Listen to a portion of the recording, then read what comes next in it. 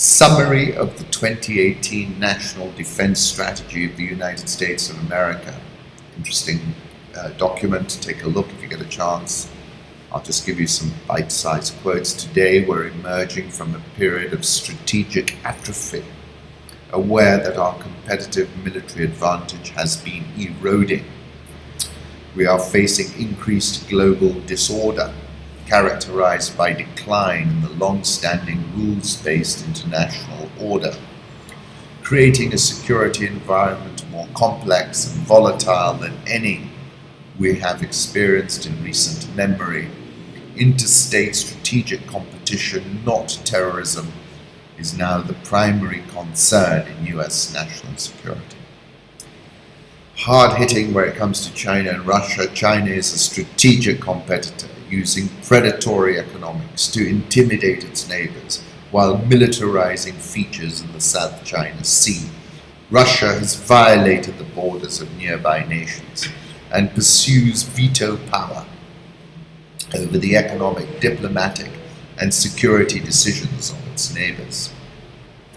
Talking about North Korea as well.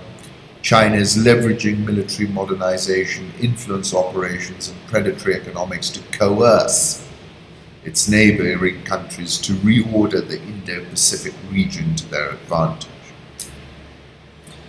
We face an ever more lethal and disruptive battlefield, combined across domains, conducted at increasing speed and reach from close combat throughout overseas theaters and reaching to our homeland.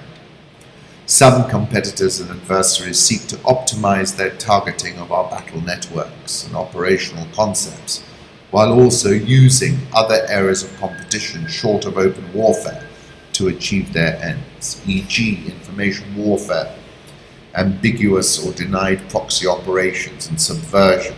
These trends, if unaddressed, will challenge our ability to deter aggression. The security environment is also affected by rapid technological advancements and the changing character of war.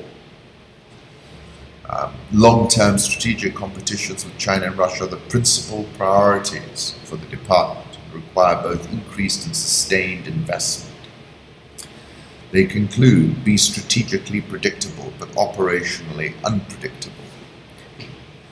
I wrote a piece in August last year when I called it China Rising, and I said apart from a few half-hearted and timid FONOPs, freedom of navigation operations, China, I said, has established control over the South China Sea.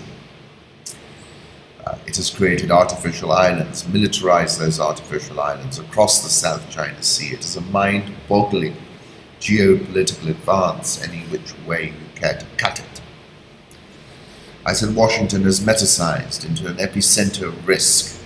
Donald Trump refers and talks of a unipolar US-dominated world have largely evaporated. President Putin refused to be rolled over by a Victoria Nuland-inspired color revolution in the Ukraine and drew a line in the sand. And one of the collateral consequences of that was to send Putin into the ready embrace of Xi Jinping. In fact, far from being a unipolar world, we have entered a bipolar or even tripolar world. Then I was talking about Pakistan, where China has leased the Gwadar port, giving China and Central Asia access to the Gulf region and the Middle East for 43 years. Sri Lanka, which gorged on Chinese debt, has had to disgorge the Hambantota port to its creditor. And recently we saw China formally open a military facility in Djibouti. These moves taken together speak to a material Chinese advance.